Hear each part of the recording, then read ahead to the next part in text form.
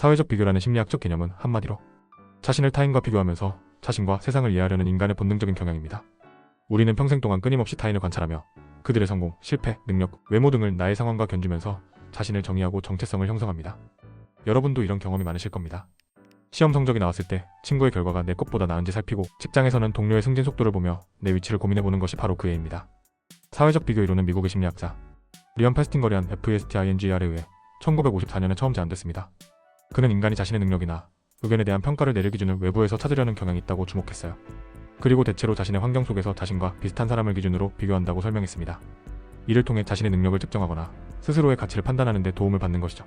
이제 이러한 사회적 비교가 구체적으로 어떻게 작용하는지 살펴보시죠. 사람들은 주로 상향 비교와 하향 비교를 통해 자신의 위치를 가늠합니다.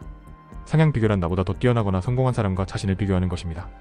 이 과정에서 우리는 그들의 성취를 목표로 삼고 동기부여를 얻기도 하지만, 동시에 자신이 뒤처졌다는 느낌에 자존감이 낮아질 가능성도 있습니다. 반대로 하향 비교는 나보다 부족하거나 어려운 상황에 처한 사람들을 보며 적어도 나는 저 정도는 아니야 라는 안도감을 얻는 형태인데, 이는 자존감을 회복시키는데 일정 부분 도움이 되기도 하지만 지나치게 의존할 경우 타인의 불행에서 허황된 위안을 찾는 부작용을 초래할 수 있습니다. 사회적 비교가 현대사회에서 얼마나 큰 영향을 미치는지는 인터넷과 소셜미디어를 예로 들어보면 확실히 알 수 있습니다. 여러분도 인스타그램이나 페이스북에서 친구들이 올리는 화려한 여행 사진이나 성공적인 경력 이야기를 보며 왜 나만 이렇게 평범하지? 하고 자책한 적이 있지 않나요? 이처럼 오늘날의 디지털 환경은 상향 비교를 끊임없이 자극하고 악화시키는 도구가 되었습니다. 특히 소셜미디어에서는 사람들의 삶의 긍정적이고 화려한 부분들만 주로 노출되게, 우리는 종종 타인들의 삶이 마치 완벽하고 자신은 부족한 것처럼 느끼게 됩니다. 실제 사례를 살펴보면 학생들이 SNS에서 친구들의 시험이나 취업 소식을 보고 자신감을 잃거나 스트레스를 받는 현상이 대표적입니다. 또 다른 예로는 직장인들이 다른 부서의 동료나 같은 업계의 사람들이 성공을 거두는 것을 보고 불안감에 사로잡히는 것입니다. 이러한 비교는 자기 개발의 동기로 작용하기도 하지만 자칫하면 심리적 압박과 우울감을 키워 정신건강에 해로운 영향을 끼칠 수 있습니다. 그렇다면 사회적 비교가 항상 부정적인 효과만을 낳는 것일까요? 물론 아닙니다. 사회적 비교는 우리를 성장하게 하고 더 나아가게 하는 유용한 도구가 되기도 합니다.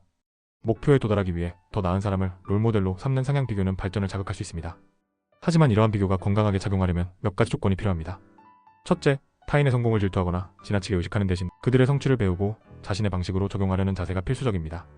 둘째, 비교의 기준을 자신에게 맞춰야 합니다. 나만의 강점과 가치를 인식하며 내가 원하는 목표를 설정하는 것이 중요하죠.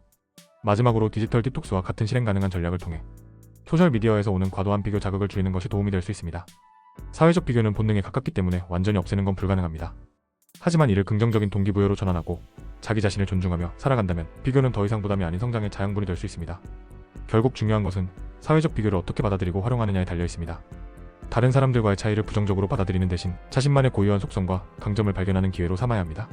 모든 사람은 각자의 속도와 방식으로 삶을 살아가고 있으며 남들과 같은 길을 걷지 않는다고 해서 결코 실패한 것이 아닙니다. 우리가 해야 할 일은 비교하는 대상이나 기준을 외부가 아닌 내부에서 찾는 것입니다.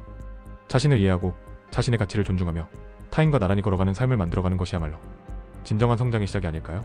자신만의 속도와 방향을 인정하는 것은 말처럼 쉬운 일이 아닙니다. 하지만 이러한 태도야말로 심리적 평온과 행복을 유지하는 핵심입니다. 타인의 삶은 내가 완전히 이해할 수 없는 수많은 배경과 선택의 결과입니다. 그렇기에 그들과 나를 직접 비교하는 것은 한쪽 면만 보고 판단하는 것과 다를 바 없습니다. 대신 비교의 초점을 나 자신에게 돌려보세요. 어제의 나와 오늘의 나를 비교하면서 느린 걸음이라도 한 발짝 더 나아간 자신을 칭찬해 주어야 합니다. 삶은 스스로를 인정하고 존중하는 데에서 빛을 발합니다.